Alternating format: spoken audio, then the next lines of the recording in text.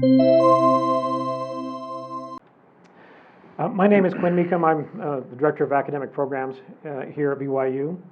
And Reza Aslan is a name that I've known for a long time. I am a scholar of Islam and particularly interested in the way in which Islamic identities interact in their societies and in political systems. Professor Reza Aslan has made a number of important contributions in Islamic thought and Islamic studies. More broadly, he is a remarkable public intellectual. He's a renowned writer, commentator, scholar of religions, and professor. He is the recipient of the prestigious James Joyce Award and is the author of multiple internationally best-selling books. Today, we're excited to be able to have a conversation about his latest book. It took him about 3 years to write. And the title of that book is An American Martyr in Persia, The Epic Life and Tragic Death of Howard Baskerville. It has been nominated for important awards in Biography and raises a lot of questions for me as I've read it about how we can best think about telling the story of someone else's life. We're going to attempt to do that a bit today.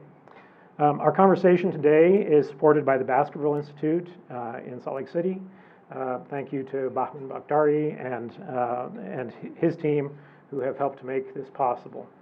And after our discussion today, there will be a reception in the lobby of the Kennedy Center that will run from 1 to 1:30 p.m. We will proceed as follows. We will have a dialogue. The two of us, I have a number of questions for Reza about his book. Our hope is to get you to understand a bit about the story of Howard Baskerville and the way that it might impact how you think about the world and the choices that you might make. It's particularly fitting that we talk about Howard Baskerville here, in part because so many of you in the audience have served missions for your church abroad, which is what Howard Baskerville chose to do in the Presbyterian tradition. And the things he encountered, the things that changed him over the course of his missionary experiences, both in terms of his own religious experience, but also his social and political experiences, I think are really informative in terms of how we, as young people, start to think about the world in the way that we change as a result of our encounters with other cultures and other faith traditions. So on the theme of preserving and transforming culture, we have, in the case of this book, a really interesting moment where a young man, 22 years of age, from South Dakota in the United States, travels to what must have seemed like the far ends of the world in the early part of the 20th century, in the first decade of the 1900s. And he has to grapple with his mission of spreading Christianity, as well as what he can learn from those that surround him in his school, where he teaches his students, from the wide variety of cultures and languages and religious traditions that he encounters in northwestern Iran, in the city of Tabriz, which was a really remarkable melting pot. And it changed him in dramatic ways, as we see from his choices. But he also changed the city that he was serving. Today he is still memorialized in Iran.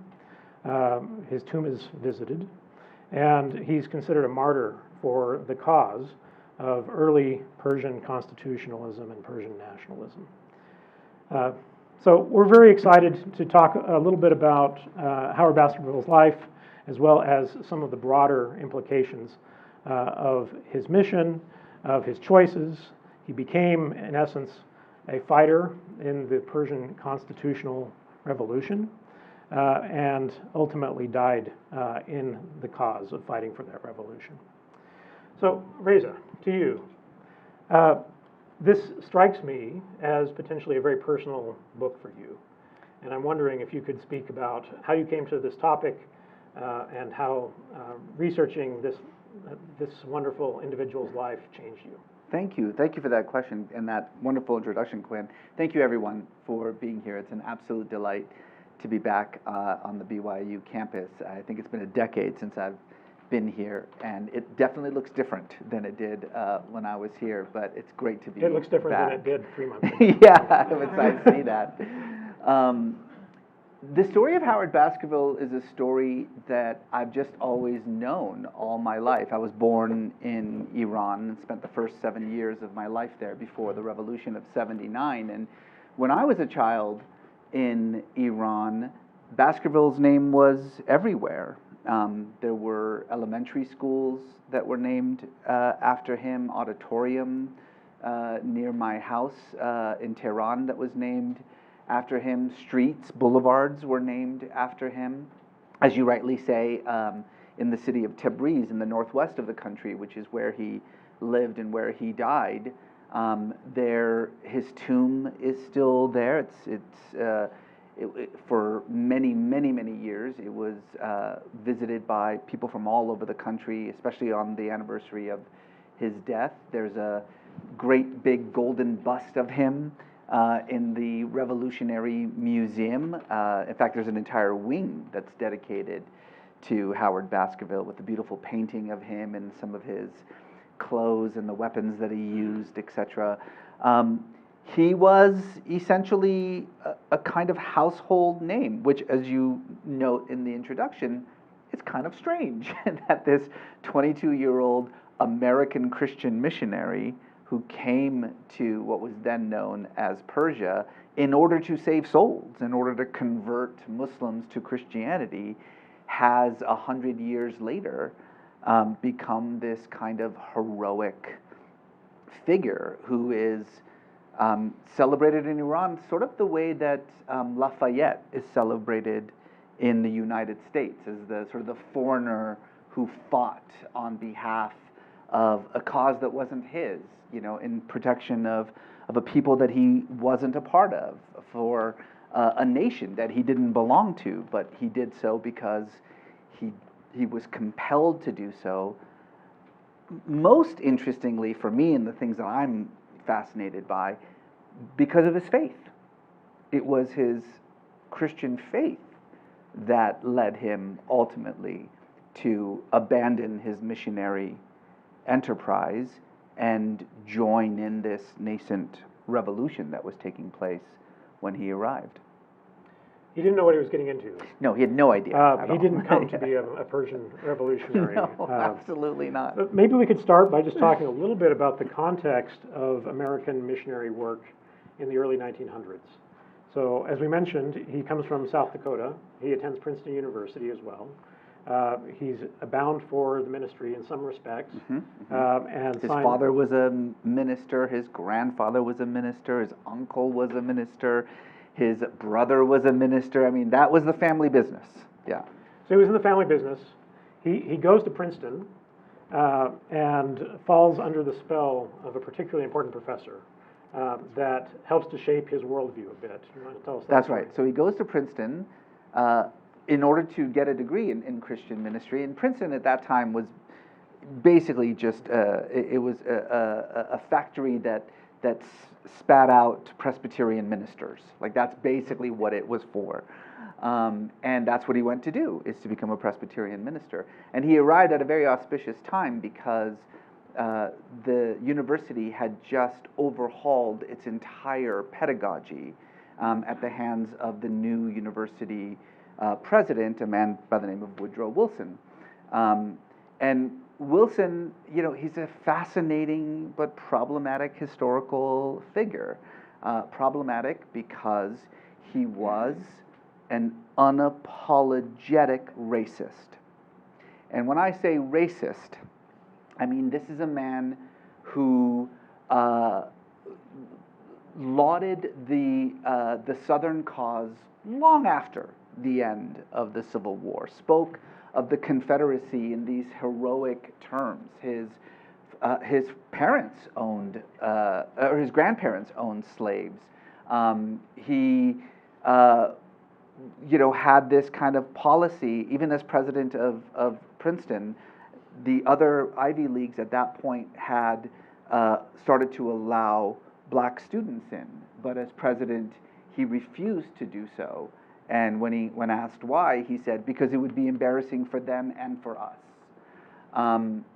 When he became president, he fired the entirety of the federal black workforce. He fired all black employees of the federal government. He screened Birth of the Nation at the White House. So when I say racist, I mean the sort of in-your-face, unapologetic racist. And that's a legacy that we have to contend with when we talk about Woodrow Wilson. On the other hand, he defeated fascism, and he gave birth to what we essentially now refer to as international relations or international law. Like, we wouldn't be in this room if it weren't for Woodrow Wilson for a number of reasons. And he also had this conception about democracy, this almost religious conviction in democracy as God's will for all human beings everywhere. He truly believed that the divine will was that all peoples everywhere would be free to live in systems that allowed for popular sovereignty, that would allow for people's voices to have a say in the decisions that ruled their lives. And he also believed that the role of the young American Christian was to make sure that that happened, to go out into the world and to reframe it in America's image. He was an enormously popular professor. 7 times he won the Professor of the Year award at Princeton. I mean, you couldn't, his classes would overflow into the hallways and outside. You know, the windows would be open and his students would be outside trying to listen in on his lectures. That's how popular he was. And he sort of, when he became president, he reorganized the entire undergraduate education process at Princeton. By the way, the rest of us are all, we've all kind of sort of enjoyed the fruits of the educational revolution that he enacted in Princeton, because one of the main things that he did was introduce the concept of electives, right? This idea that it doesn't matter what you're here to study, you're going to have to take 2 courses, at that time it was just 2 courses in your 4 years, in something that is not your field of study, whatever that is. And so Baskerville was there to study Christian ministry, and he spent the first 2 years of his education with his nose buried in the Bible and, you know, learning hermeneutics and exegesis and all the things that you're supposed to learn when you're getting a degree in Christian ministry. But then his junior year, he was compelled to take these 2 electives, and he decided to take them with Woodrow Wilson. He took a course in jurisprudence and then another course in international governance. And, you know, it's no exaggeration to say that these courses, they really changed the trajectory of his life, because he himself was a very religious and very devout man.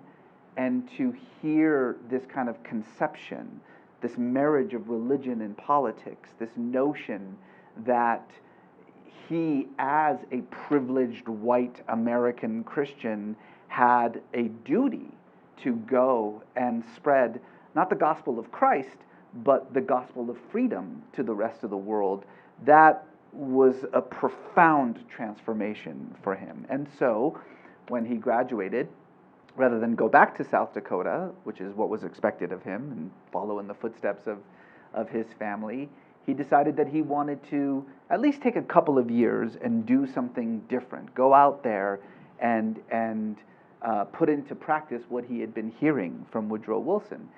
And of course, at that time, 1907, there aren't a lot of options, but the one option that he did have in front of him was to apply to become a missionary with the Presbyterian Board of Foreign Missions. And so that's what he did. Funny story, he desperately wanted to go to the Far East, China or Japan. In fact, in the letter that I quote in the book that he wrote to the president of the board, he said that he'd been praying a lot about it, and He's certain that Jesus has called him to go to Japan, maybe China, but one of those two. And I sort of conjecture that it's because he was reading all these like incredible missionary reports that were coming out of China and Japan, talking about how ripe the harvest was, and how we can't even we don't even have enough room for the Bible studies and all the churches that are being built, and the response has been wonderful. Instead, he got assigned to the one place that he most definitely did not want to go. Where the missionary reports were not as glowing. They were right? not as glowing. Yeah. He was assigned to Persia, and as you rightly say, the missionary reports from Persia were quite different.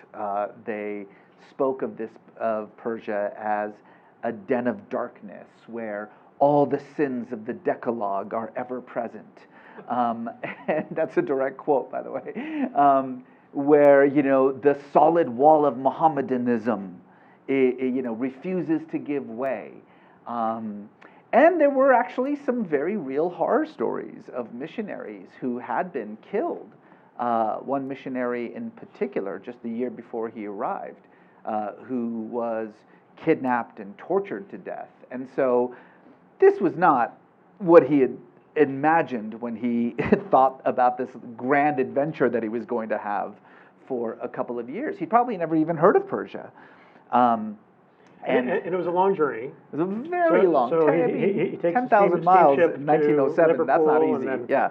Train down to Armenia, and eventually he arrived. Caravan and carriage and horse, and then eventually, finally gets there. And what's really two things that I think are really fascinating about when he arrives in this town of Tabriz. The first is that he suddenly realizes that everything that he had heard about this place was a lie.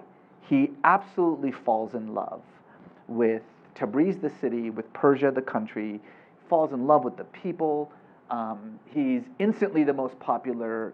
He has a job teaching English and history at the missionary school, as well as his larger job of missionizing.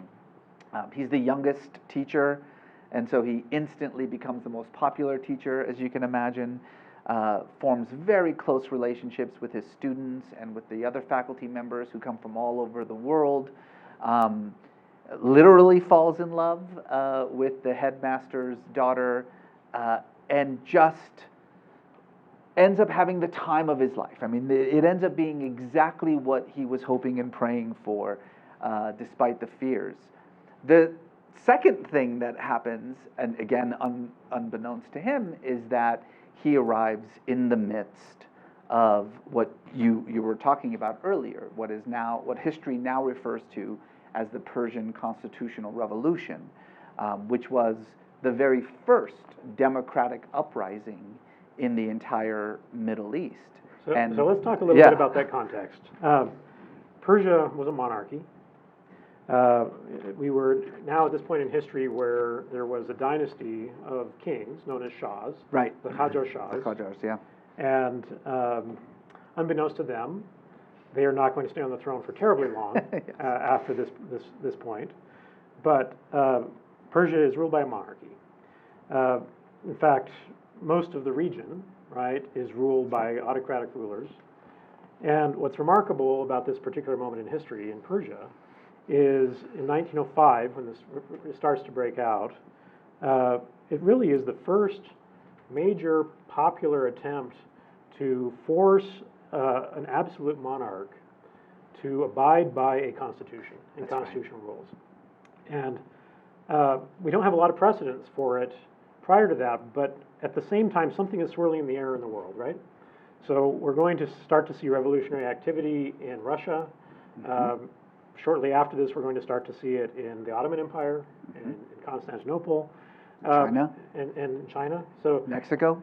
There's something in the air. Yeah, there's something in that first decade of the 20th century was like it was very interesting, because it's hard to say that there is anything that necessarily links the revolution in Mexico to the revolution in China to the revolution in the Ottoman Empire, and yet they're all happening around the same time. And yeah, there's something in the air. This idea of constitutionalism, which was a new word and vaguely defined, but as I say, that was kind of the strength of it, that it could kind of mean whatever you wanted it to mean, right? If for the poor and marginalized, constitutionalism meant an opportunity for social or economic equity. For racial minorities, it meant equality. For the intellectuals, it meant reason and democratic norms.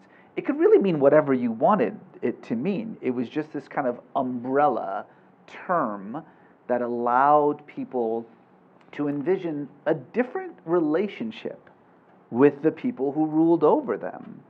And in Iran, as you rightly say, it started in 1905 with this very simple yet profound demand, which is there should be written rules.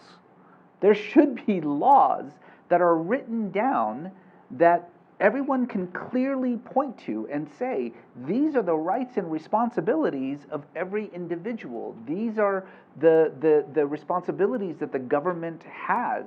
Up to this point, that is just basically the whim of whoever happens to be on the throne.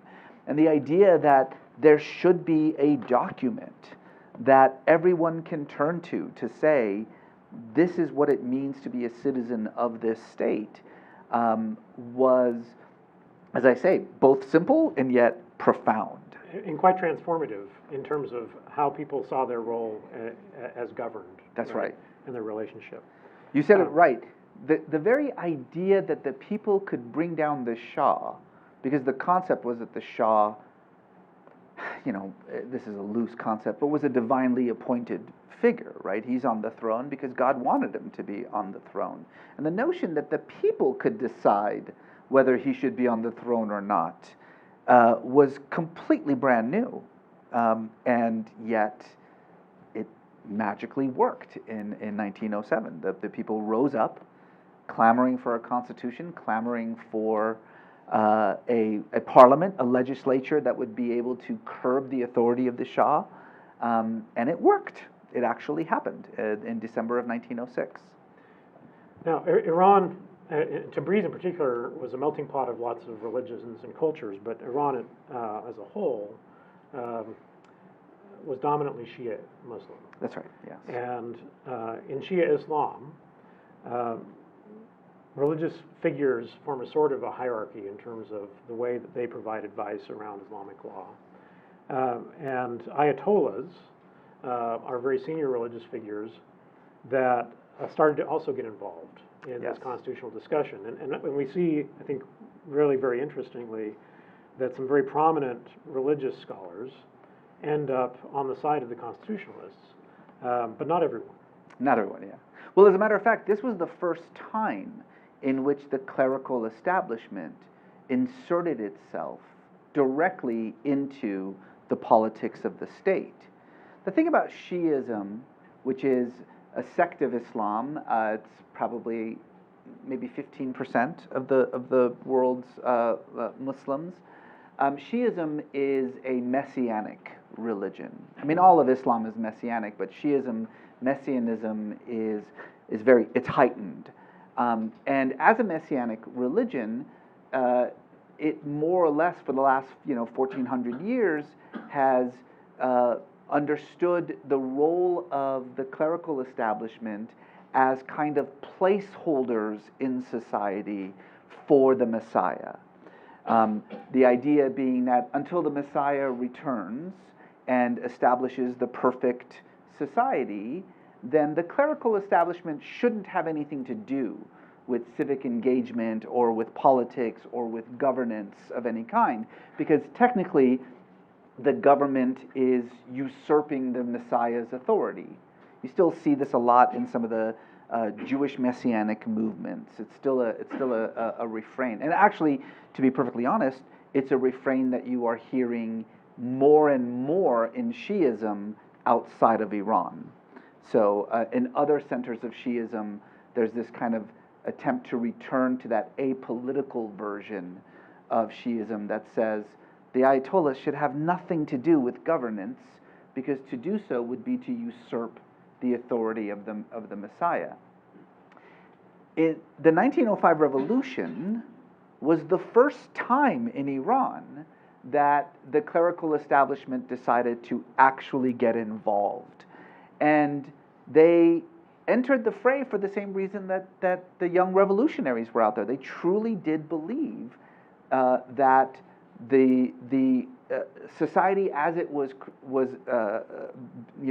existed at the time was iniquitous, it was oppressive, it had created a situation in which most Iranians were living in dire poverty, and that constitutionalism, again, that term, was the answer to create a society that is more in line with the values of Islam and with Shiism. And so they took a huge role, and I think it's very safe to say that there's no way that the revolution would have succeeded if it hadn't brought in the clerical establishment. Two Ayatollahs in particular, Ayatollah Tabatabai and Ayatollah Behbahani, were parliamentarians. They actually, when Parliament was first elected, they ran for office and actually got elected, and they were pivotal in the success of the revolution. Though, as you rightly say, there were other clerical leaders, not as senior, who believed that the entire experiment was anathema to Islam and who fought against the revolutionaries. But the vast majority of the clerical establishment, not just in Persia, but in Najaf, in what is now known as Iraq, the sort of the center of the Vatican, if you will, of Shia Islam, issued a number of fatwas, basically saying to the worldwide Shia body that supporting the revolution was a religious duty, that you had to support this revolution because its values were in alignment with the values of Islam. Now, the Shah at the time, Muhammad Ali Shah, does not come across in your book as particularly heroic. Rather, he's in constant negotiation with his own people. He often betrays their trust. He very reluctantly agrees to this constitution, and then finds ways to subvert it. Almost immediately, yeah. And ultimately, we see essentially a civil war break out in Tabriz. So we see revolutionary fighters trying to preserve the Constitution, trying to preserve their form of parliament. We also see reactionaries and royalists who start to go in and fight against these constitutionalists. And it starts to become quite violent. The revolutionaries have some success. They have a breathing period where, in fact, they think they've been successful, but they then get into a situation where the Shah and his forces decide that they're going to lay siege to Tabriz, to starve it into submission. And this becomes a particularly painful moment for people in the city, and also for Howard Baskerville, who's watching this happen. So returning to Baskerville for a moment, he didn't come in to Persia with the intent of being involved in politics. In fact, the mission explicitly forbid it, right? So imagine the Presbyterian Mission Board and the challenges of operating in a very politically difficult situation.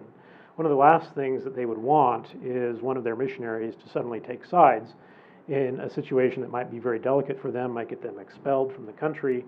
Likewise, the American government, in its relationships with Persia, was not particularly pro-revolutionary. It had friendly relations with the Shah, and it was not interested in an American suddenly becoming a revolutionary hero either. And so one of the great moral dilemmas of this book and this story, which I think is relevant to all of us in this room, is this idea that when we go and we experience a place and we're changed by that place, and we're changed by the experiences in that place, and see what appears to be violations of values we hold dear, whether it be freedom, whether it be equal treatment, and other things. And as a teacher, as a popular teacher at the American school, he started to see people suffering around him. And there was this attempt by the American mission and American school to just kind of close off a little bit and to try to remain neutral in this really very traumatic conflict. In fact, a couple of important teachers at the school were ultimately killed. Right. Yeah. And His friends. And they were very close to Baskerville. And so something switched in him. And he decided at some point in the height of this siege that he actually needed to fight. So could you tell us a little bit about how that happened for him? Well, I mean, look at it from his point of view. He arrives in Tabriz, and he arrives in the midst of a democratic revolution, the purpose of which is to turn a dictatorship into a free country with, popular sovereignty. It's everything Woodrow Wilson told him was going to happen. He's sort of walked into a history book all of a sudden. And he's very excited. And he arrives at a time in which it's just success after success. This is before, as you rightly say, the Shah started fighting back, and with his Russian-trained troops, really turned the revolution into a civil war that he wins very quickly. He conquers essentially the entirety of the country back to the crown, except for one city, Tabriz, the city in which Baskerville is working in. And so for a year and a half, he is living the ups and downs of this extraordinary moment in history. And he is told, as you say, by both the church that sent him there, the school that is employing him, and the government that is in control of his actions, that he can have nothing to do with this revolution. The church says very clearly, you're there to save souls, not lives. It's not your problem. He's supposed to teach these students, not kind of lead them into battle. But when the siege of Tabriz happens, when the Shah's troops show up and decide they're not able to defeat the city with military force, so they decide to just starve the city. And what takes place is this horrific humanitarian crisis where tens of thousands of men, women, and children starve to death on the streets. Something snaps in Baskerville. He cannot do it anymore. He cannot, at that point, ironically, he is tasked with teaching an extra course in international relations, because the international relations professor was a Persian and a revolutionary who was captured by the Shah and brutally tortured to death. So they give the class to this 23-year-old Christian missionary, and now he's sitting in front of a classroom talking about popular sovereignty and human rights to kids who, after class, are picking up rifles and actually fighting for the thing that he is lecturing about. He can't do it anymore. The weight is just too much. And so he, quite famously, one day in class, has a little bit of a breakdown. And he says to his students, I can no longer bear to watch the suffering that's happening on the streets and pretend that it's not my problem. The only way that I know how to serve this country and these people that I have fallen in love with is to give all of this up and to go and join them. And that's what he does. And in this very kind of made for Hollywood moment, his students stand up and go with him. And as you rightly say, this is a disaster for the Presbyterian Church. It's a disaster for the school. I mean, it's one thing for one of their professors to go join the revolution, but he took his students with him. And in fact, he becomes the sort of commander of this militia that is just his teenage students.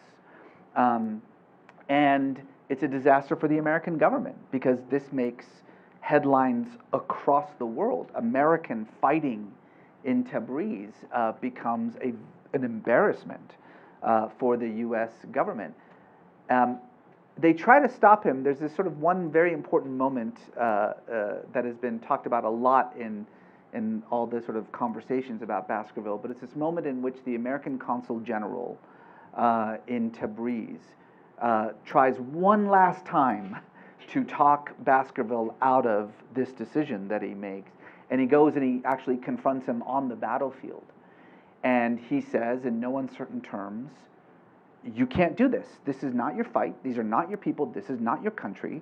If you don't give this up and get on a boat and go back home right away, we will arrest you and charge you with treason against the United States. And Baskerville very famously looks at sort of the people around him, these revolutionaries around him, and he says, the only difference between me and these people is the place of my birth. And that is a very small difference. And then he hands over his passport. And now he is no longer under American control.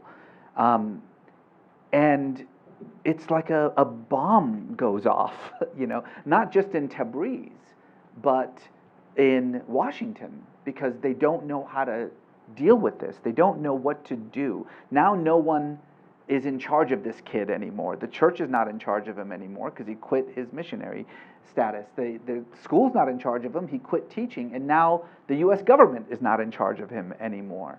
But there is something sort of profound in that statement, because what he is trying to express, which is something 100 years later I think that we Americans are still struggling with, is that how do you define yourself? Do you define yourself based on the borders and boundaries that just happen to encircle you?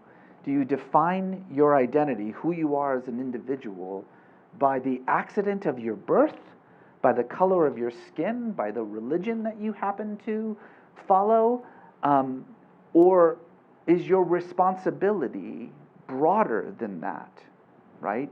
Baskerville seems to have truly understood that the suffering of any one person anywhere in the world is the responsibility of everyone everywhere in the world, and he was willing to rid himself of these identity markers in order to construct a new identity, one that said, yes, I know I'm not Iranian, yes, I know I'm not Muslim, but it doesn't matter, because this is about being human, and this is my responsibility as a human. And I think that's the thing that has always, from the very beginning, when I was 7 years old and I heard this story, that blew my mind, right?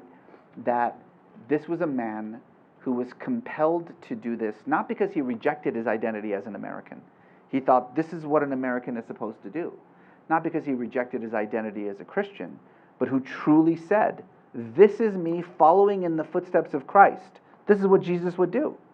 And then put his faith into practice, and to the point in which it finally led to his death on the battlefield.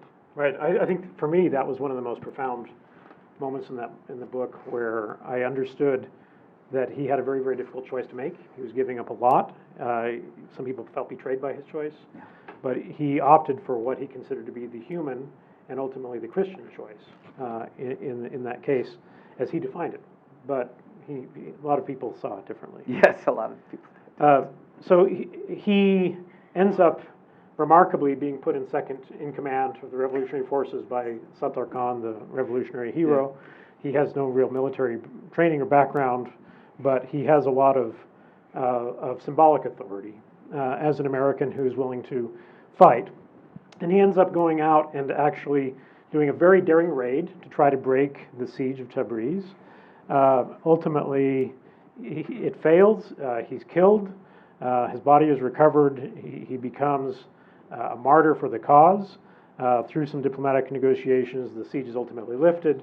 The Constitution, at least for some time, appears to be reinstated, and the revolution appears to be successful. And so his death in fighting in a very compelling way for an outcome that is positive, at least initially, becomes, he becomes part of the symbolic story. The first legislative act of the reconstituted parliament, after they defeat the Shah and reestablish the parliament and the Constitution, the first legislative act is to declare this young American Christian missionary to be a hero and a martyr who will be forever honored in Iran, and he still is. I mean, less so nowadays than before the '79 revolution, but he is still, And a rug with his face was put up in that's Parliament, right, in the Parliament building. Yeah. He is still,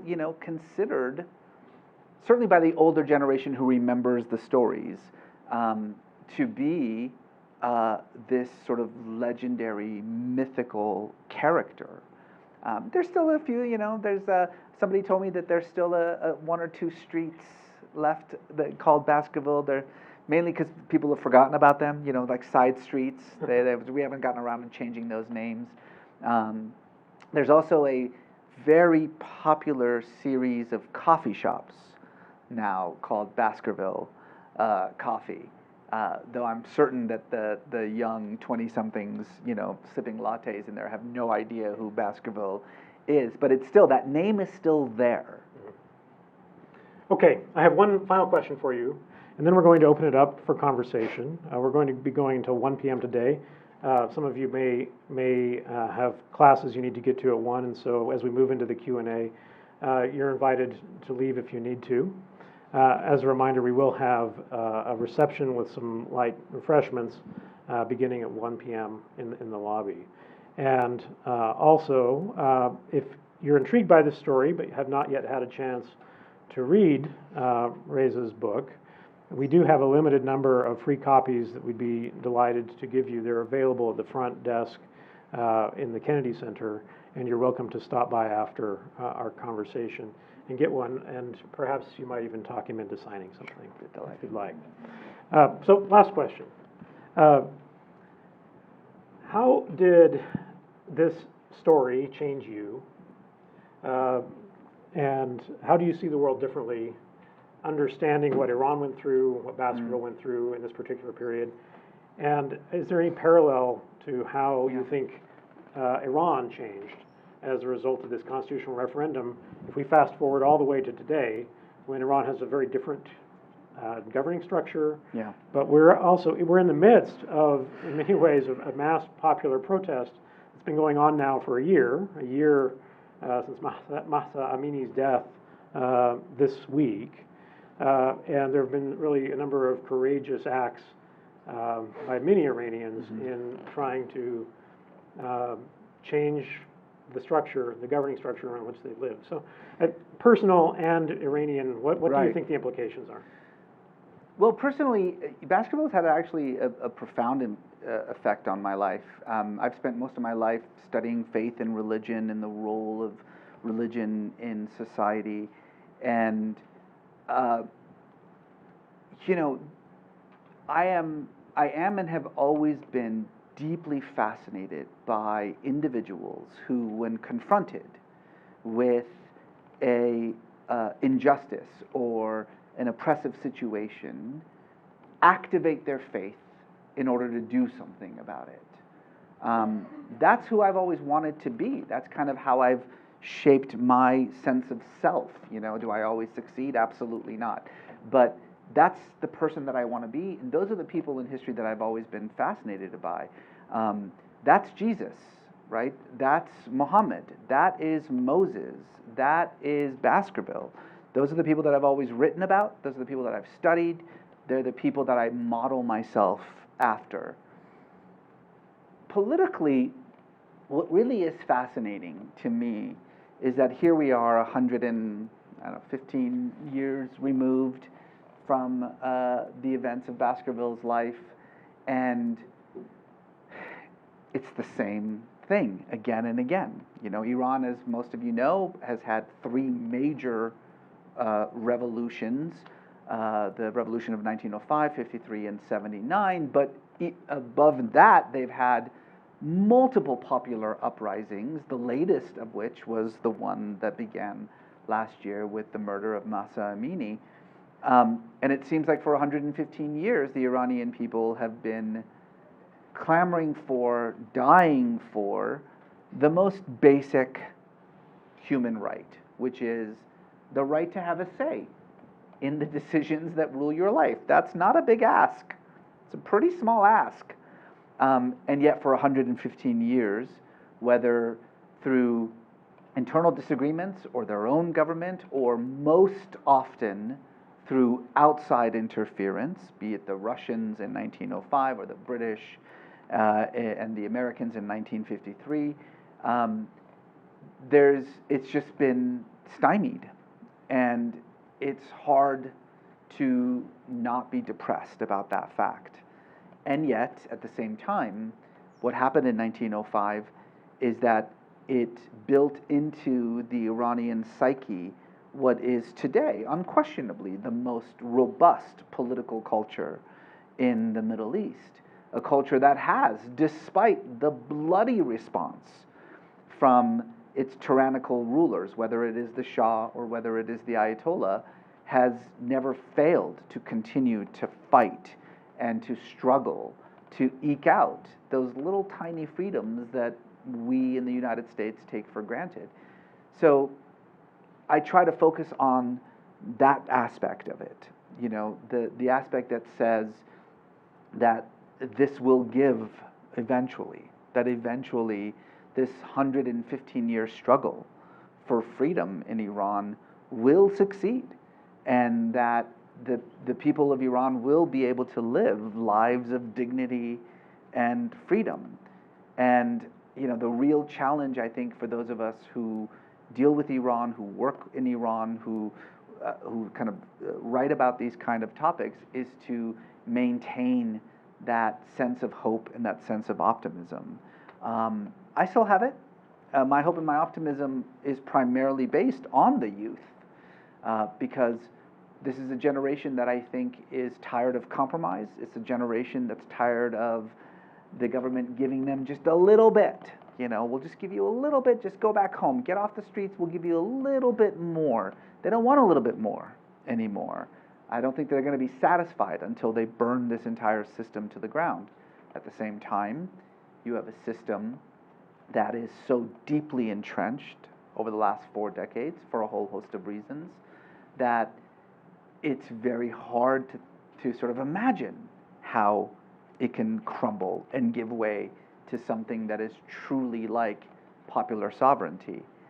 And yet, I don't see that struggle in any way, shape, or form diminishing over these next few years. On the contrary, I see it ramping up, and especially over the last year, because if you want to know in the sort of the simplest way what has truly changed over the last year since the uprisings and the bloody response of the government, is that sort of middle of the country, which may not be happy with the government, may even dislike the government, but isn't willing to go out onto the streets and risk their lives to bring the government down, and probably doesn't even want the government to collapse because of the social and economic chaos that would result.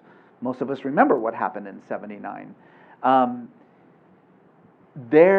think they've had enough. I think they now understand that there is no legitimacy to this government left at all. And so the support for the government, I think, has diminished dramatically, and the isolation of the regime is at this point complete and total. Now, again, does that mean that it's about to collapse? Not necessarily. But what it does mean is that the propaganda that it so often uses to maintain its legitimacy as the governing body just doesn't work anymore. There's no audience for it in Iran anymore. Even amongst the religious, pious classes, they just don't accept it anymore. So that's what I think gives me hope and gives me a sense of optimism that perhaps in my lifetime we will finally see a free Iran. Thank you. This is the book, if you haven't yet seen it, American Martyr in Persia, The Epic Life and Tragic Death of Howard Baskerville. Again, this is Reza Aslan that's joined us today. We will have time for a few questions, but I'd like us to give him a round of applause for his comments.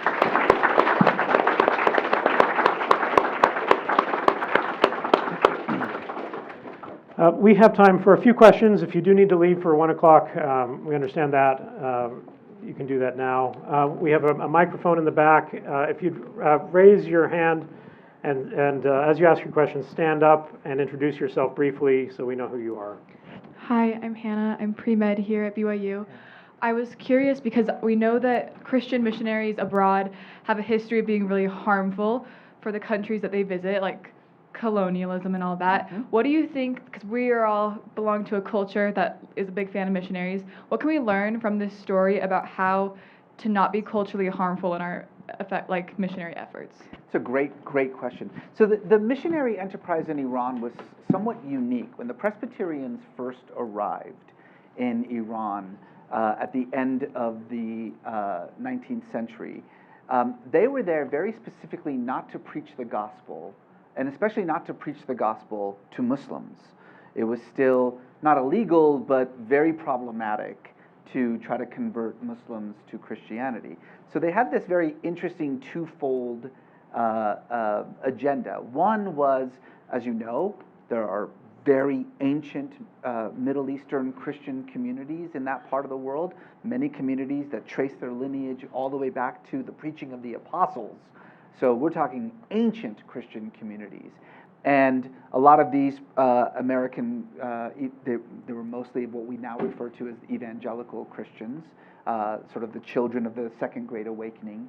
They were there to convert those Christians from their incorrect Christianity to correct Christianity. The second thing that they were there to do was to just simply provide the services that the government would not or could not. So within the first 2 decades of the first missionaries arriving in Iran, there were dozens of schools, co-ed schools, schools that were specifically designed for girls' education, schools that taught the sciences, the applied sciences, as well as theoretical sciences, hospitals that they built. In other words, they kind of gave up on the idea of the conversion of the population, except for the Middle Eastern Christians, and focused fully on essentially inserting themselves into the community that they were there to serve. And it paid enormous dividends. By the time Baskerville showed up in Tabriz, the missionaries were beloved by the people. They may have disagreed with the gospel message, but they sent their kids to the missionary schools. In fact, the missionary schools were overwhelmingly populated by Muslim children, and they didn't mind. And by the way, Bible classes were mandatory. Every single day began with chapel. So it's not like they didn't understand that there was this very clear and explicit Christian patina over this education. They just didn't mind because they trusted the missionaries, because they saw them for decades and decades and decades taking care of the people, healing the sick, educating them, feeding the poor, doing the things that they were there to do in hopes that that work would eventually lead to people coming to Christ. And I think that, to me, remains the model of this sort of missionary enterprise, right? That are you there to save souls or are you there to save lives? And Baskerville was told, forget about the lives, you're just here for the souls. That's why you can't take part of it. But for decades, that's the opposite of what the missionaries were there to do. They weren't even interested in preaching the gospel. They figured, you'll get to the gospel eventually. Let's just take care of these people who need help. And the goodwill that the American missionaries created lasted long, by the way, long after the end of that revolution. It really, lasted really until, I mean, if I'm going to be honest, until the 79 revolution. Thank you very much for a wonderful discussion. My question has to do with the 18th century in the Western Hemisphere as a sort of parallel to the sort of developments that you're talking about toward popular sovereignty. And I couldn't help but notice there were certain conversational aspects that really bore a lot of weight with early 18th century discussions amongst clergy about their role in society, Right. and the way that those same discussions were taking place in Iran, Persia. What insight can you give about the theological interpretations, the controversies that were surrounding that discussion in Persia that might inform a bit more of that That's, by the way, comparison? that's a really brilliant analysis, and you're absolutely right. But to be perfectly frank, for most Persians, even the intellectuals, the educated class, they weren't really all that aware about American history or the American Revolution. Interestingly enough, what they mostly studied was the French Revolution. The French Revolution was the model for them. What they understood about America and the American Revolution was that, oh, there was a popular uprising to fight against, the British monarchy, and so they were baffled. First off, why Americans didn't support the Persian Revolution, because it just seemed to be in perfect alignment. But they were really unaware of the theological debates, the Wilsonian conceptions of the role of divine will when it came to popular sovereignty. But they were very familiar with the politics of the French Revolution. That was something that was taught in schools. And so that became really the model that they followed. Interestingly enough, the same was true in China. I know we're not talking about China, but when I was studying the constitutional uprising that took place in China around the same time, what I found fascinating was the writings all referenced the storming of the Bastille, or the sort of the aspects of the French Revolution. And also, by the way, same thing was true in the Russian Revolution. Books about the French Revolution were flying off the shelves in 1904 and 1905 when the Bolshevik uprising was first starting. And then, it culminated in the first failed revolution in 1905, which then succeeded in 1912? Am I? 1912? 1917. 17, sorry. 1917. That's what I think is really, really fascinating about it. It was that the consciousness wasn't about the American Revolution, it was about the French Revolution. Thank you. One more question, and then we'll break to our reception. Hi, my name is Caleb. I'm a Middle Eastern Studies and Arabic major here. I actually served a Persian-speaking mission for our church in wonderful. San Diego. My question is, in these modern times, what can Iranian Americans and Americans like myself do to support the Iranian people as these protests continue in Iran? I think really understanding the fundamental difference between the people and the government, right? That's now starting to, I think, become clearer and clearer, certainly to the American population. But for a good, 2 or 3 decades, my biggest hurdle when talking to American lawmakers, decision policy, makers, was trying to create a distance between the actions of the government and the will and desire of the people. It's funny because in Iran, when you talk to Iranians, even like at the height of like the Trump years, when you talk to Iranians, they never conflated the American government with the American people. In fact, it wouldn't occur to them to conflate the actions of the American government with the character of the American people, because, funny enough, they live in a society in which the government doesn't represent the people. So they don't think in those terms. They don't think that the American government represents the American people. It's very easy for them to make that distinction.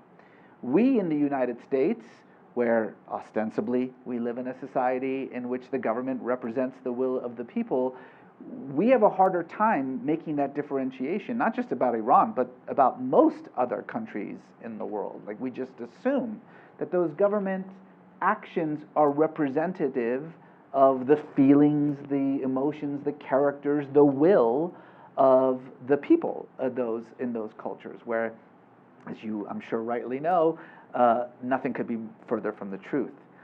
So I think, to your question, the real key is trying to block out the two governments, the actions of the two governments, the issues of international relations and all that is involved in that, and focus on, what we used to refer to as public diplomacy, but focus now on the relational aspect of it, right? Drawing these deep connections, people to people, culture to culture, civilization to civilization. That it means the arts, music, film, those kinds of things are the bridges that we can use in order to create the kind of connection that is necessary, human to human, between Americans and Iranians, that will hopefully one day lead both governments to make the policy changes necessary to actually have some hope for rapprochement. But I think the idea that, we'll just kind of rely on the governments, or we'll rely on the decision makers to build those kinds of connections, that's not going to happen. It's always going to be person to person, human to human connection, which is, again, that's kind of the example of Baskerville, is that he understood that his country wasn't doing the right thing, his church wasn't doing the right thing. So as a human being, he just decided to do what he thought was the right thing. And, again, 115 years later, and the ripples of that small action are still being felt, both in America and in Iran. Thank you. Thank you so much for your participation. One more round of applause.